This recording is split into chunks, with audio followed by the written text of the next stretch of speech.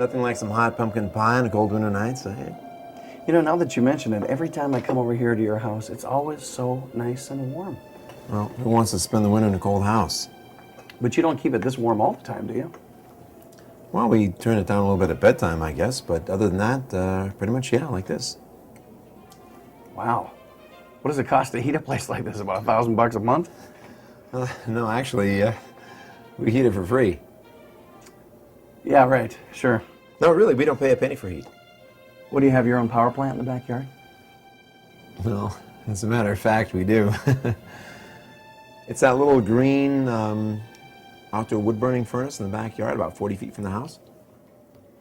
You mean that little shed with the shiny chimney out back?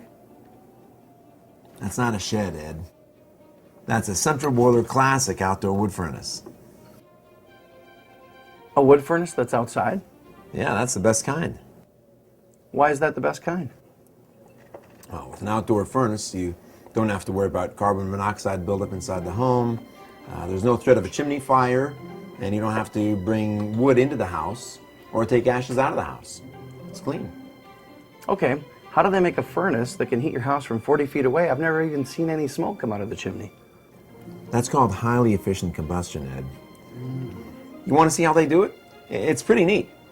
A central boiler was started in 1984 with a desire to make a safer, more efficient way to heat with wood. The research and development team spent years designing and refining a furnace that will provide the greatest heating capacity possible. They start with sheets of top-quality, high-grade carbon steel, which is cut, formed, and welded together into a combination firebox and water jacket. This water jacket is a double-walled box that's filled with water between the walls that gets heated by the fire inside the middle of the box. The combination firebox and water jacket is checked for leaks not once but twice using compressed air before moving on to the next step. This double test has been instrumental in the success of Central Boiler's firebox assembly. After passing the pressure test, it moves on to the welding area. Here, a sturdy steel frame is welded onto the firebox. Before the insulation is applied, the electrical wires that provide power to the pump and the control panel are fed into the firebox. The end of the wire is wrapped in plastic to keep it clean during the insulation process. The entire water jacket must be heavily insulated to keep the heat from the firebox in the water jacket until it gets to your house.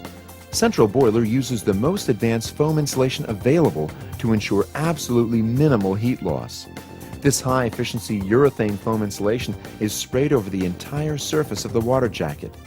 This spray-on insulation is waterproof, airtight, won't settle or shift like some other materials, and it has the highest R value per inch of any insulation available.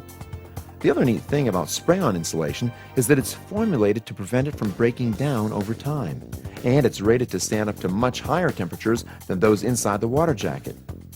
The insulation does a great job of keeping the heat inside the furnace, but it's not so great to look at, so after the insulation process is finished, the furnace is covered with all-weather steel siding.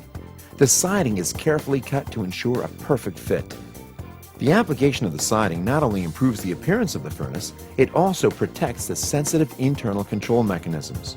The carefully engineered furnace door is added next. This door was designed to be easy to open and close, and is large enough to make loading the furnace easy. Since the furnace will be exposed to every kind of weather imaginable, sun, rain, wind, snow, hot and cold temperatures, 24 hours a day, 7 days a week, overlapping the seams creates a tight seal against the elements. The side panels and remaining trim are all fastened with high-quality coated screws for greater durability. Great care is taken in the design and assembly of the exterior of the furnace. The roof, corners, and rafters are all powder-coated in a state-of-the-art painting booth that assures both the durability and finish of the furnace. First, the dry powder coat is sprayed onto the parts and held there by an electrical charge. The powder-coated parts then pass through an oven that melts the paint and bakes it onto the metal surface. This process ensures that the painted parts stay painted. Once the rafters have been fastened into place, the roof is attached. Each roof panel has been formed for a perfect fit to the rafters and also has a very slight pattern pressed into the surface to add greater rigidity and better performance under adverse weather conditions. The roof is applied in 3 sections, the 2 side pieces and a ridge piece at the top. A custom rubber gasket is first applied to the lifting tab to help seal out moisture before the ridge is installed. Fastened to the ridge piece itself is a rubber boot to prevent water from running down the outside of the vent pipe. The application of the corner pieces finishes off the top of the furnace. Now the electricians add the wiring that will provide external lighting for the outside of the furnace and to control the activator, pump, and circulator inside the furnace. Central Boiler designed this furnace to allow the homeowner to control its heat output from inside the house using their existing thermostat.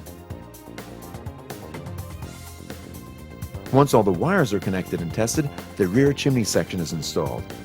By placing the chimney in the rear of the furnace, the central boiler provides even more efficient use of the heat that's generated inside the firebox, while reducing smoke output at the same time.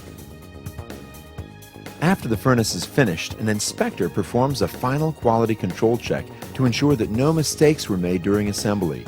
Once the furnace passes inspection, it gets a QC sticker, assuring the consumer that his furnace was built with top quality craftsmanship.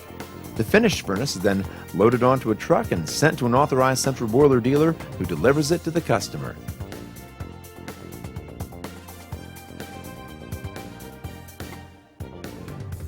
Wow, that's pretty impressive.